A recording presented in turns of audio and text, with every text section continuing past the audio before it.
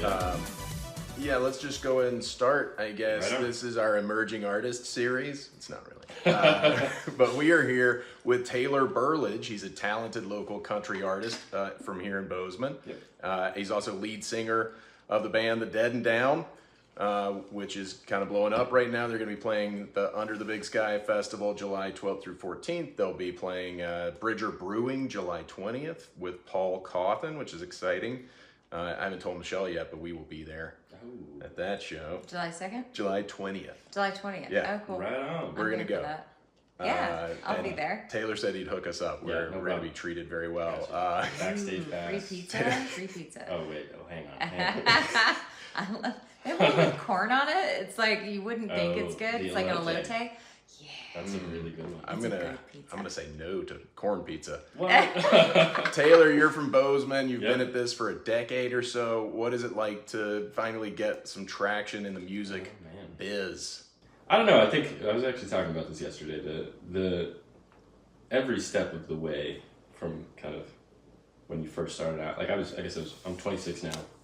Started out when I was 19-ish, 18 or 19. And every step of the way just being like, you know, first you start out playing music in your room or like at home, whatever, just being kind of into this, and then you play a gig for free, and you're like, oh, this is great, I played in front of people. Mm-hmm. And then you play a gig that people pay you for, and you're like, this is amazing, this is it. And so it's like every little step has felt unattainable at some point. And there's a novelty to Yeah. the And- next and step there that is, you're but taking. there's always a next step, which is, Yeah. so it's kind of felt like a natural progression. Yeah. To a certain degree, I think that there's been so much luck involved just in terms of the people that have become a part of the project, or the people that you meet and that you work with, and so many opportunities come less from hard work and more from random interactions with Oh, people. come on. We've noticed that. Stop it. For sure. Yeah. No, I mean, Joe and- like met one of the guys he works with now on the lift. Yeah. Not, Sure, that's not to say that, I mean, we work really hard, but, you know, Right. random like one-off interactions with people, and they're like, hey, you should come play this thing. I'm like, Yeah. yes, And hey, universally, Absolutely. it may not be so random. that's true. Um, That's true. Meeting people. Do you and getting have lucky. like, speaking of the steps, do you have like an ultimate goal where you're like, this is where I want to, this is where I see myself, this is my plan, like Grand Ole Yeah. Opry, or just something where you're like, this is where I want to be. I play music full-time now, Yeah. but I want to be able to be playing on the stages that I want to play on. When, it's like I want to play shows that we're selling tickets for, and having people show up to that, and having just like a following. I don't care about the level or how high Right. that goes, but basically take what we have here in Bozeman and kind of Montana regionally and just expand it. It's like I do this very much because I love it, and also now I've been doing it long enough that I feel like I gotta follow it through. Yeah. But it's just a beautiful way to meet people and interact with people and create and travel. Yeah. Like I want to be able to go. I want to be able to play in whatever state or country that I want, and nobody questions it. That might be the goal. That's Okay. the goal. Mhm. That's my goal too. Actually, Right now, I wanna do it's a successful touring band from Bozeman. So far, yeah. And there aren't a lot of those out there, right? So what is the reaction from people when they hear that you guys are from Bozeman? Is there like a stereotype? Do they cheer? Do they boo? I don't know, people from Helena, people from Butte. I'm you get thinking stigma. when you get outside the state. Obviously, Yeah, people I mean, are gonna outside boo of the Bozeman state, I think and it's Montana. people are often, there is a novelty to being Okay. from Montana, because there aren't a lot of bands that are getting out and doing it. Like I can actively think of, less than 5. There's only two I could find of Yeah. note: the Clintons and the Macs. Oh wow. The Clintons, I don't know that they exist anymore. No, but They're they're a band from Bozeman who went on to have success. I mean, you guys may be already one of the most successful bands from Bozeman ever. Give us a year and you'll be right. All right. It's awesome. Yeah, I mean, I don't know. Like, there's Kitchen Dwellers. That's another example. I love the Kitchen Dwellers. Yeah. Get out. Very popular locally. Yep. Madeline Hawthorne we're kind of like, she's just like 6 months ahead of us. Ascending We're with just you, like though. Going. Maddie's great. She's wonderful. We played a festival in March with her, and then we're playing Under the Big Sky at the same time. She's opening the other Paul Cawthon show. We like put together a show with her about, I don't know, 3 weeks ago, a month ago. And she lives about 10 minutes from here. Right on.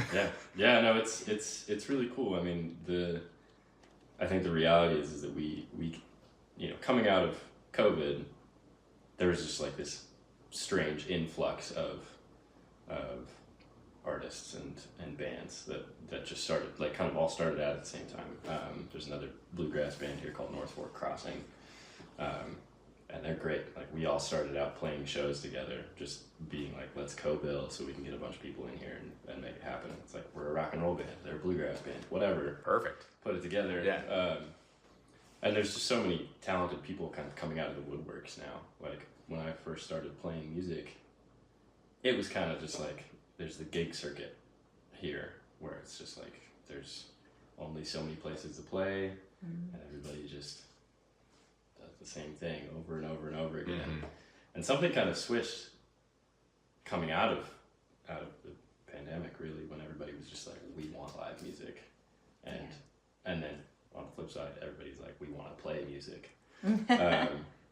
So there's actually like a really pretty robust scene here that I think has really pushed everybody to We're fortunate. go bigger. Yeah, I mean, it's. So how did your band begin? The Dead and Down, and was it like a boy band? Did you guys have a predatory man producer that like put you all together? No, how did it come? No. That's how these things about, happen. Like Right? the impetus It's of like the natural course. right. So you already talked about like Bozeman music scene and how everybody went through COVID, but like how did you guys find each other? Randomly. See? Yeah, so I mean, kind of right at the tail end of COVID, I was kind of doing stuff, like during lockdown, I was doing like live streams and put together a handful of, I don't know, like I have a film background. And so I basically, like around Christmas or New Year's, we did a couple of these videos where I basically sent people songs. Like I would play just the basic, like the Bones song just by myself. Is it sort of like a Pro Tools progression? Yeah, so I mean, what it would be is I would take that and I would send it to people. Yeah. And then they would play on it and they would send it back to me with a video nice. and sound, and then I would edit it all together and mix it all together. And so I kind of met a couple of people through that, and then when things started to ease up, it was basically just asking around, being like, hey, does anybody want to be in a band? And so it's such like a little kid move. Oh, it was great. Start a I band. mean, that's exactly what it is. It was just like we wanted to play with other people. Yeah. And so there's kind of this first iteration of this band that, I mean, basically it was we had a drummer and a guitar player, and like a friend of ours played on keys, and then my best friend growing up, he's a great musician as well. He's moved away to Portland now, but he was playing bass. And then for some reason, we booked a show at the filling station, and like 5 days before, he was like, oh, something came up, I can't play. Oh, no. And so we were asking around, and Gabby, the girl who was playing guitar at the time, was just like, oh, well, this guy could probably come do it. And so it was on my 23rd birthday. This guy showed up. His name's James, and I was like, hey, can you play bass in a show like in 5 days? And he was like, sure. And so he did that, and then we kind of just built this thing. Like we were calling it Bent Records, was like the bad band name. I don't mind it. It's not bad, I like but Dead I and was Down just better. silly. Yeah.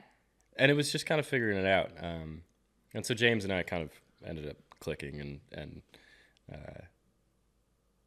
so met him very randomly, and then a couple of the other people kind of had to drop off, and then the guy who's now our drummer met also incredibly randomly. He is the drummer, but he is also the best guitar player in our band. Oh, wow. Cool. And I had walked into Music Villa and just walked in and heard somebody playing like an electric guitar, and I was like, what the hell is that? That is awesome. And I just noticed it, listened for a second, went about the rest of my day. And then I had a gig that night downtown, and it's like a 3-hour gig. It paid like $100. It was miserable. Right. Yeah. And Josh just happened to be sitting in the corner. This guy that I'd seen at Music Villa earlier. So at the break, I went up and I was like, were you in Music Villa earlier? And we just ended up talking and hitting it off. And I was like, do you like live close by? And he's like, yeah. I was like, do you want to just go get your stuff and come play? And so he ran home, grabbed his stuff, and came and played the next 2 hours with me. Oh, wow. Just like day one, playing music. That's so cool. And so then we kind of put on some shows with Josh, him on guitar, and James was on bass. And then we kind of started switching things up. And James and I were definitely more serious about playing. And so Josh had mentioned that he was interested in getting back into the drums. And so it started out with like 3 of us, and then we went to a random jam session with some other friends and met our keyboard player. And it's Bozeman. It's like you kind of recognize everybody. Yeah. Yeah. And I was like, where do I know you from? And he's like, I have no idea. And I was like, what band are you in? And he was like, I'm not in a band. He's this guy playing keyboard, and he was really good. And he's like, I'm not in a band. And I was like, immediately, I was just like, do you want to be in a band? He's like, yes. That's great. Scooped him up, and then we found our bass player on Craigslist. Dang. Man. All very random things.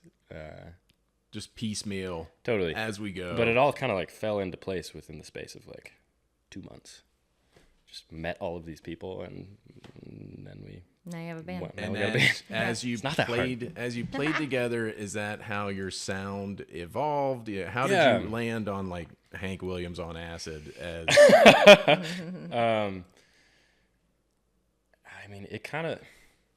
I think it was just like a lot of the music I was listening to at the time, and I was like, I want to do something like this. Like, there is some aspect of, when you first start out around here, the bigger places that will actually pay a little better, and there has to be some sort of country appeal. has to be a component. Yeah. It has to be a component, which is, I mean, it's fine. I enjoy country, but it's actually moved far away from country at this point,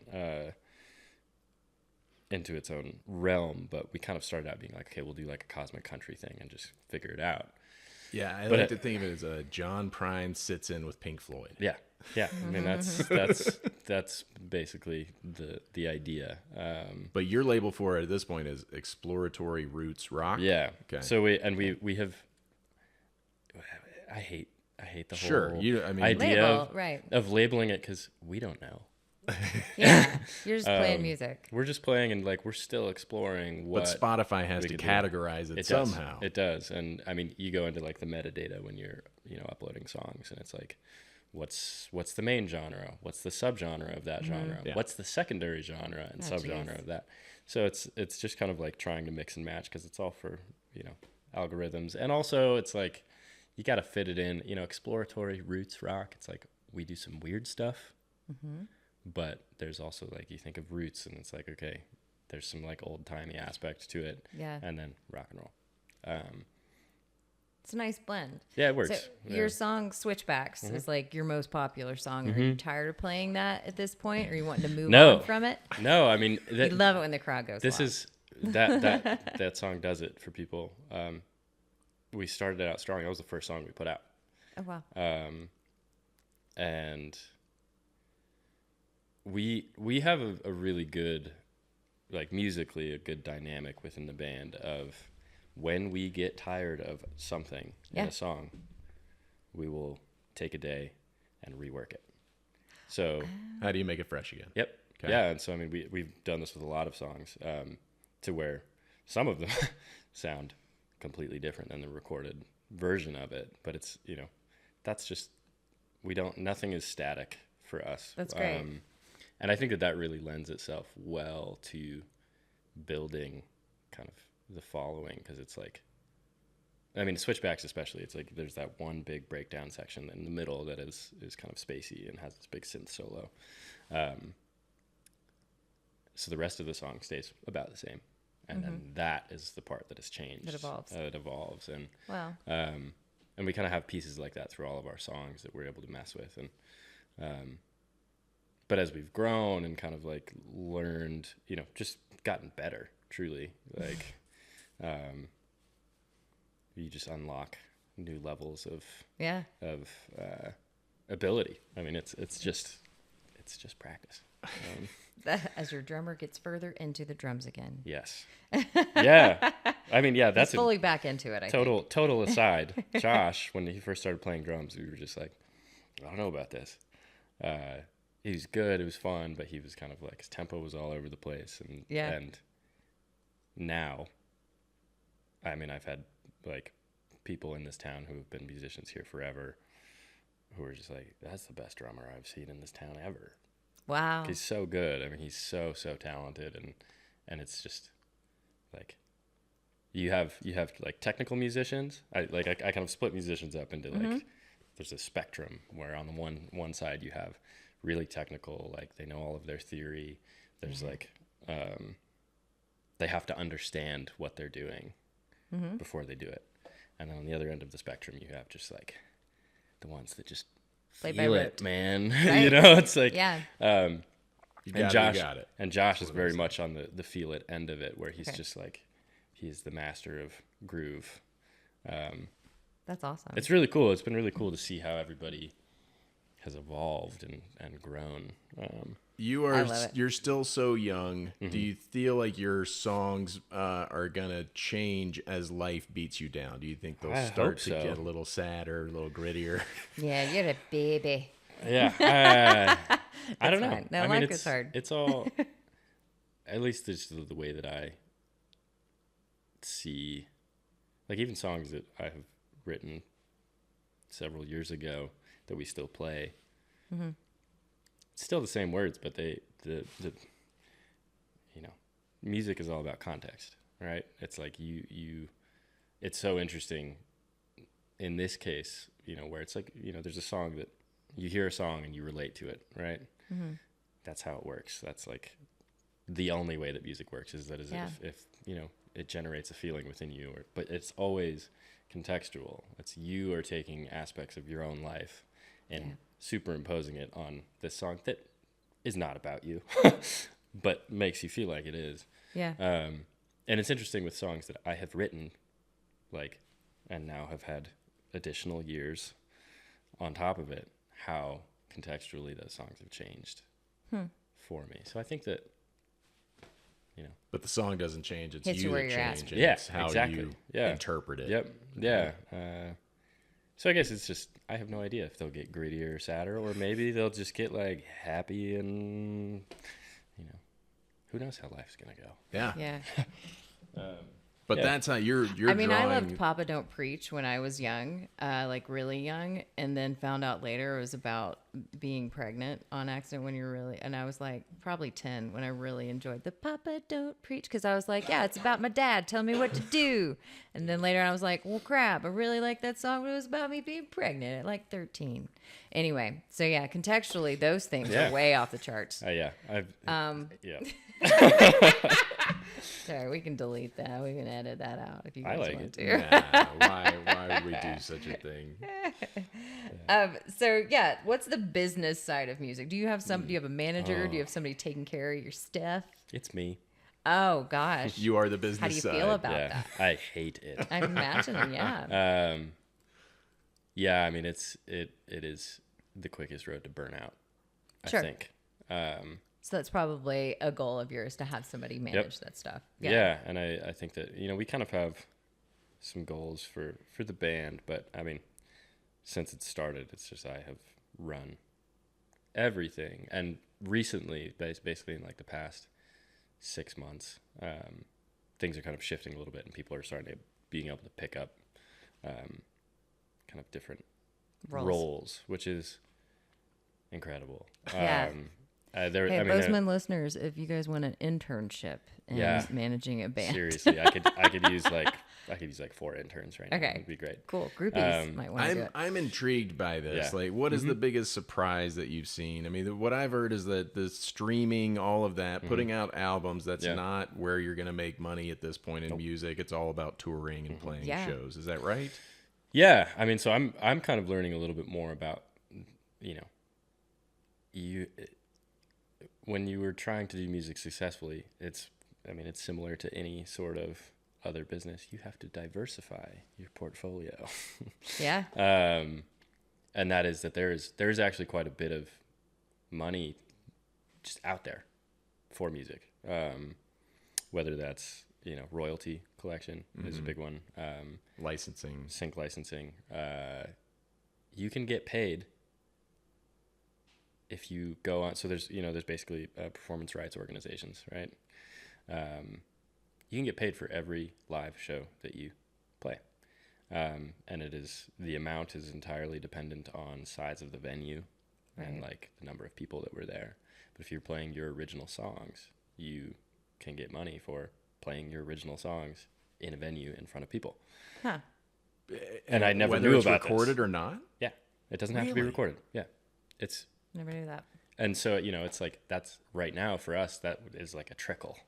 Yeah. Right? That's just like something that, and we honestly have to go through and actually go up. Basically, we can go back for the past 3 years, and as long as we have a set list from a show that says what songs that we played, we can go in and enter them, and then, like $5 per show will probably drop into our account. But that is scalable. It's like if you play, like we're going to go play this big festival in front of potentially thousands of people.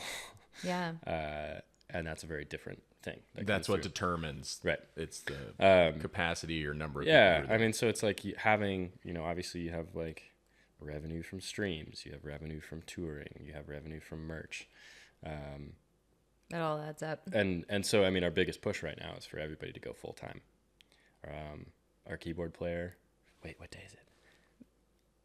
Just quit his job yesterday. Oh, congrats. Yes. Congrats. What's Good his work, name? Matt.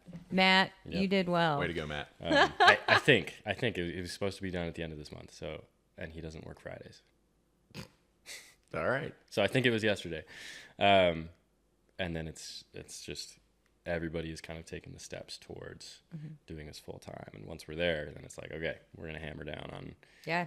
Really it's all, I think the biggest barrier for so many bands that when they start out is that they're especially here, there's no infrastructure. There's nobody telling you what the hell you're supposed to do. And so it's taken a lot of digging on the internet or occasionally running into somebody who is a part of the industry and they're being like, but you're not doing this. And you're like, what is that? Tell me more. Yeah. It's just all learning curve. It's all a learning curve. Okay. And it's been a lot of brute force of just like figure it out. Yeah. Well, it seems like you are, for the most part, figuring it out. Yeah, I feel... You got an album. I got 2 of them. You got 2 albums. Two albums. Your official band photo has the filling station. Is that like your home base? Yes.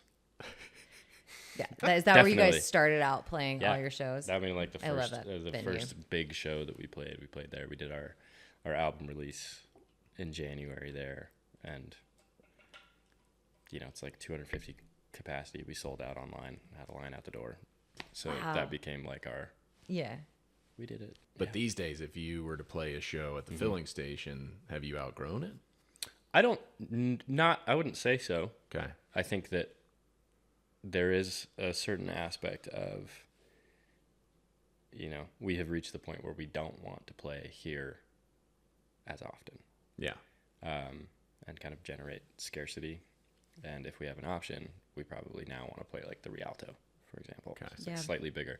We'll still go back and play the filling station probably once. How this many? year. What's the capacity for Rialto? It's like 450. Okay. So almost double. Yeah, and it's just kind of this. It's all about mindset to a certain degree of like, whatever level you want to be at shoot for that. It's like, so like we can get into the filling station whenever we want.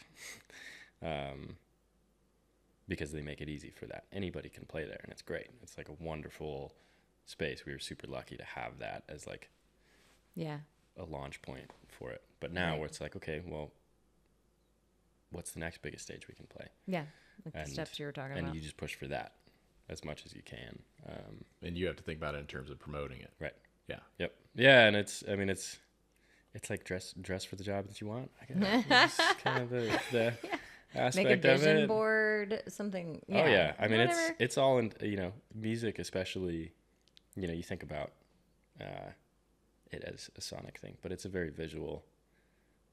There's a massive visual side to it, and just perception of like, oh, they played this stage. Okay, that unlocks doors to other places. So it's like we basically were able to play the Top Hat in Missoula.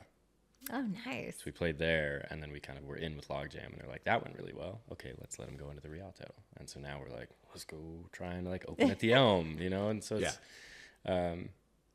just like constantly pushing for, no settling is allowed for a while. Don't, especially now that was it Matt that quit his job? Yeah. Now that Matt's quit his job, the sky's the limit. There's no going back. Everybody's got to take some serious pay cuts, and then we're gonna make it. Exactly. So the music festival you're doing, there's some heavy hitters involved. You got Billy Strings and the Troubadours. Oh my God.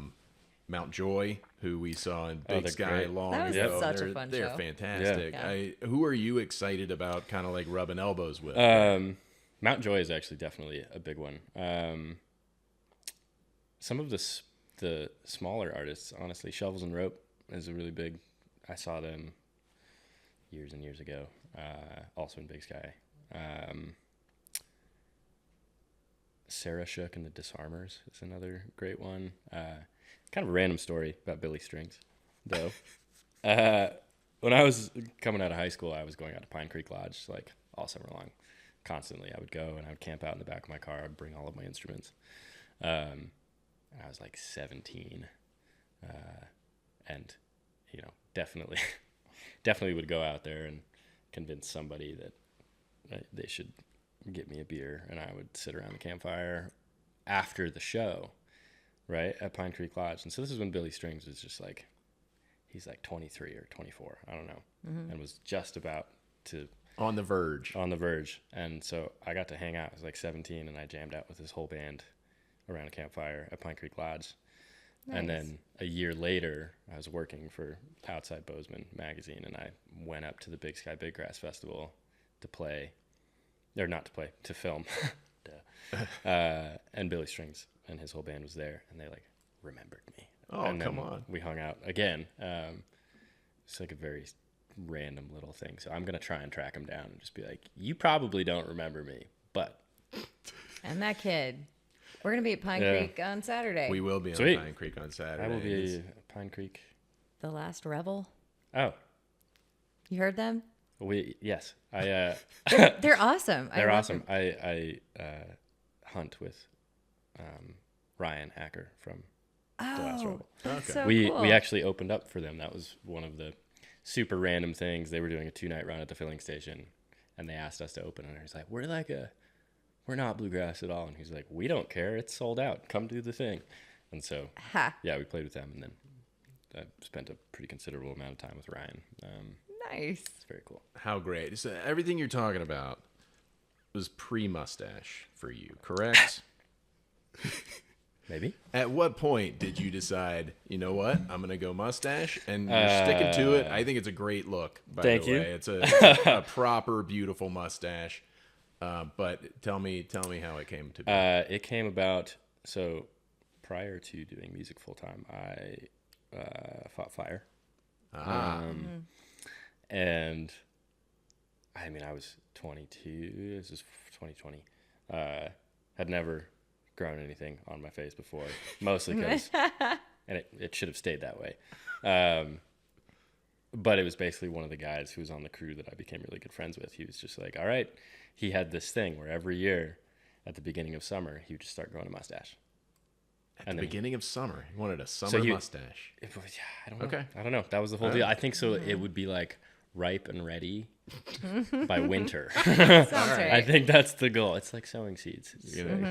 Yeah, Joe has a winter beard. Every you year. have to- You have to nurture. You have to nurture it. Whatever. And so I was like, okay, I'll see what I can do. It was awful. It was so bad. Itches so much But at first. October. So, mustache. his whole deal was like, you got to grow the whole face. So I was just disgusting. It was like I had this nasty little Grizzly. Yeah. goatee and mustache thing going on. But the mustache kind of came in okay. And then it was the last fire of the season. We were in Colorado. We'd been out in the woods for ever.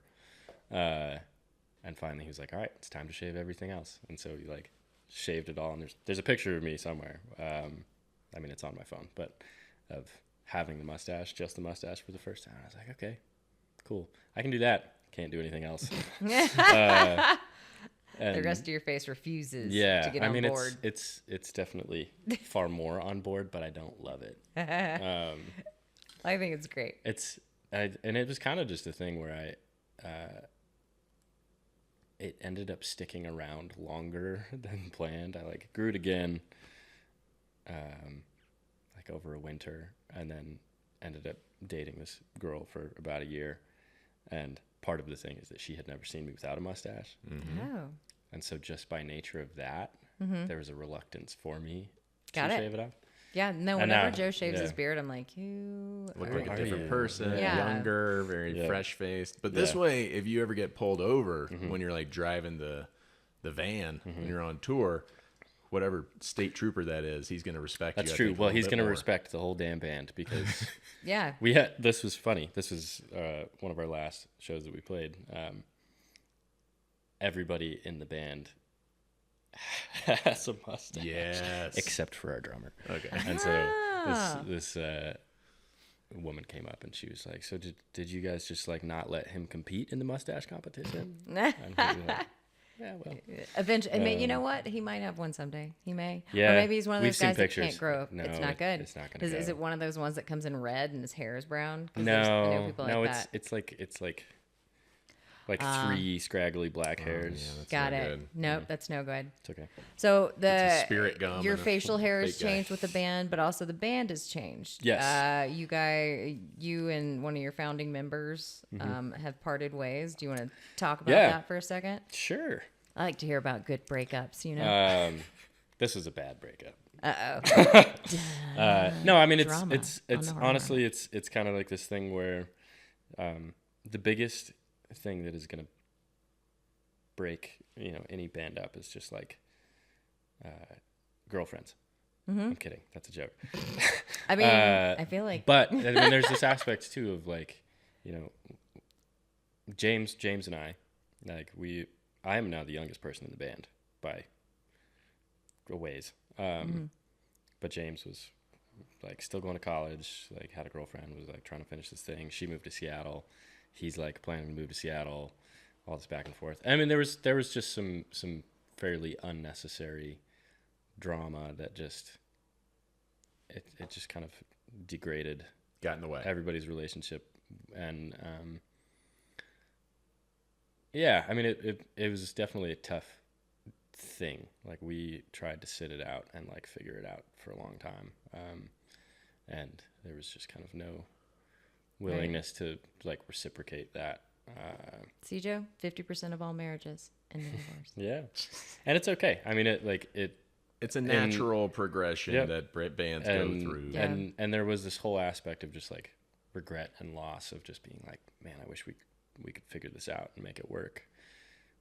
But we also put off like the whole breakup for way too long, to the point where everybody was just miserable. Right. The kids were trying to convince you guys to break up. And it sucked. Like everybody around us was just like, why haven't you done this yet? Because it's, obvious, like we're on stage and like not making eye contact or not interacting with each other. And so Lindsey Buckingham, Stevie Nicks, Yep, totally. I mean, it's Well, and you talked it's about definitely reworking songs to make them feel fresh. I would imagine that when you remake the band, it makes everything feel fresh. Totally. Again. Yeah, I mean it's a different thing. we have 2 new members actually. So our bass player who started with us, he and his wife just moved to Nashville. So we have a new bass player as well. Cool. That was on very good terms, and we love them. And Dave can come play with the band whenever he wants. Yeah.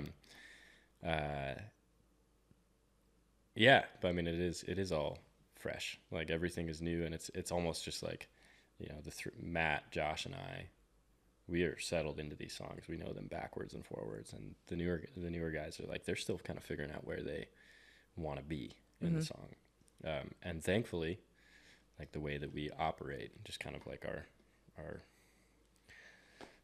not our motto. What's the word I'm thinking of? Like Modus operandi. Yeah. Well, Mission statement. Well, yeah. I mean, it's more just like this is a Motto? This is a collective thing, and everybody has like a creative stake in each of these songs. So even if they're songs that these guys weren't around for when they were written, when they were recorded, they still have the opportunity when we play live to put their own take on it. Yeah. And that's like crucial. It's important. It's really important that they have that, and it's not just like, here's the chart, Right. Figure it out.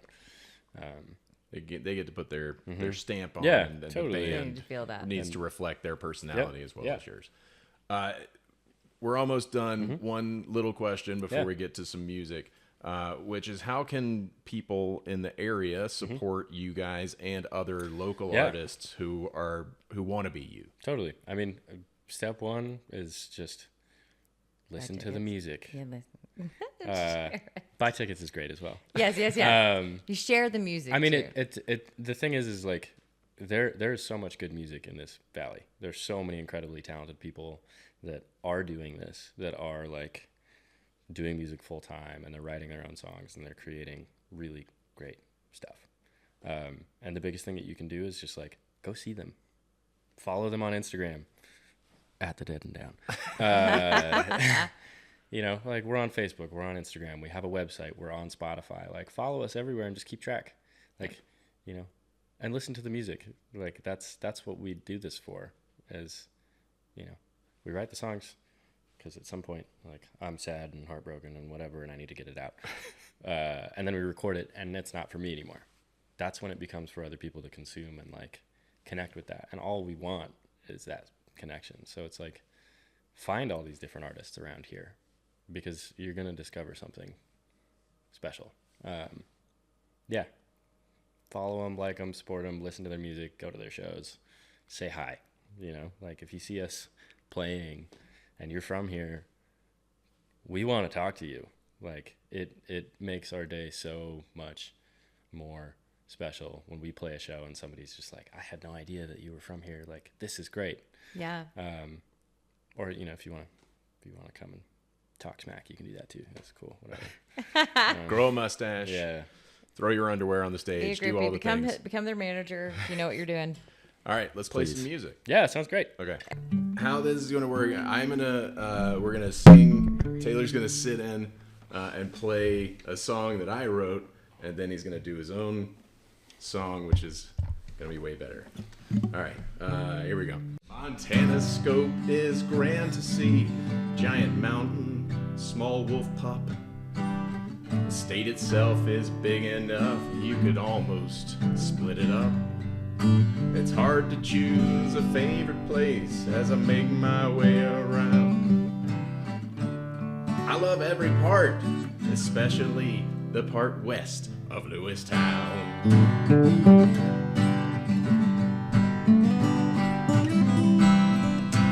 East Montana sucks, you know it's true.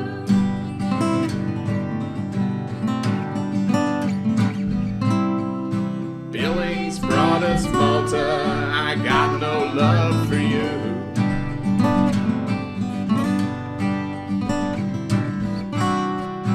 You're no place to go to, you're basically Dakota.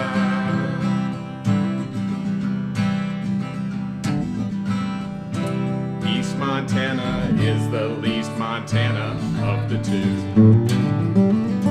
Taylor agrees with all this, by the way. East Montana sucks. It's not creative.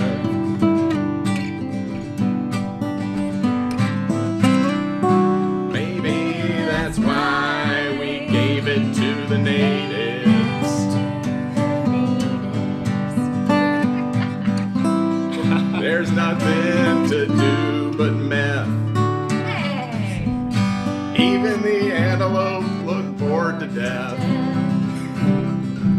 Why? Because East Montana is the least Montana of the two. You make it sound so good. Those songs all sound pretty similar. They do, yeah. I'm but bad it's at because you're a this. comic. But it's good though. it's never sounded that good. Thank you, Taylor. Yeah, you made it sound really beautiful. spiffed up Start a band. my song. Yeah, All right. That's the first time I've ever sang that song. You sounded You did good great. as well. Oh, Joe, yeah. It was You really, did. I was killing it That out was there. nice. All right, are you? That was just kind of like a warm up to get you into a headspace, so that. Now we're just gonna be your audience. Right. There we go. Yeah, you got groupies over here if you need anything. I just grew a mustache just now. Oh my god, it looks great. Thank you. You Thank did you. so good. I'm in my late 40s actually. It's not that far fetched. And he's playing on my guitar here, so true. I don't Yeah, in your defense. we've been talking about the Dead and Down, so I'll play a Dead and Down song. You don't have Quickly tell me where the Dead and Down name came from. Yeah, so this is so I worked for the Forest Service for a long time.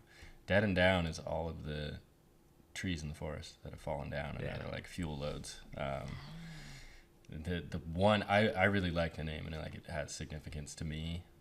I have a lot of people think we're a Grateful Dead cover band. So. I mean, Dead and Company definitely pops Yep. up when you search Yep. for the Dead and Down. Yep, which it's just a benchmark. We just got to get past that. Yeah. But yours relates to the forest. Yeah, the Dead and Down is I going love to that. come up when people search Dead and Company. That's the goal. That's where we want to be. I like it. Yeah. The suggested. Like, have you heard of Dead and Company? Auto Who? search. Like, I play solo often, so I will take Dead and Down songs and just completely strip them down and rework them into something that is like more folky. Okay. Because Dead and Down, I do not play the acoustic guitar, so it's just like It's a rock band. it's rock. We're rock and roll, damn it. Guys, Wait, the- listen, we're sitting in on Taylor Unplugged this evening. Storytellers. Yeah, you're gonna get a Grammy for this one. Yeah, this is called One and the Same. Yeah. Nice.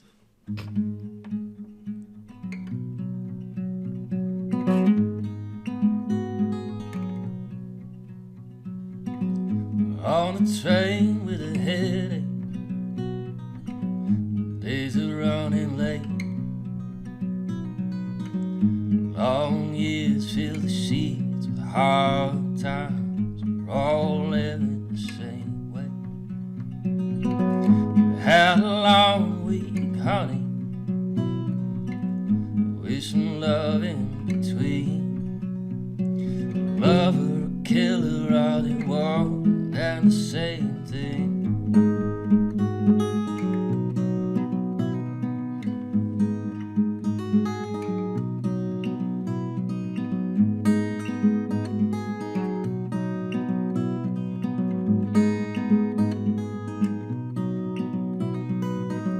Came in like a hard line, wearing out like a light. And many men will it take to change it before you get it right. You sold out for the season,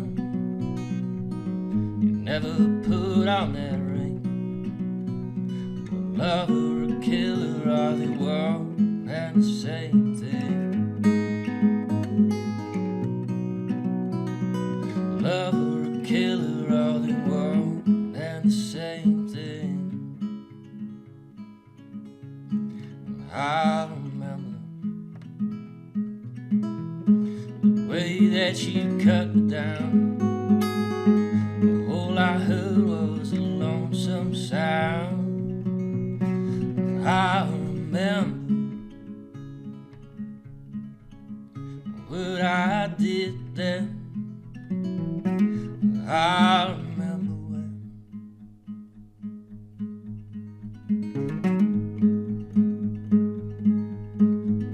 The going never got easy.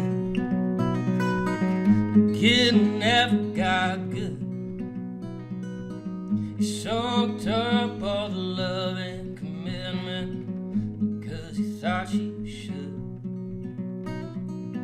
You never meant it to matter. You just cut all my strings. A lover, a killer, all they were and the same thing.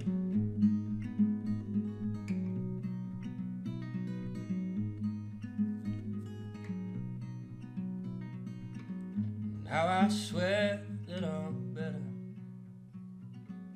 though I stumble between lover, killer, the world and the same thing.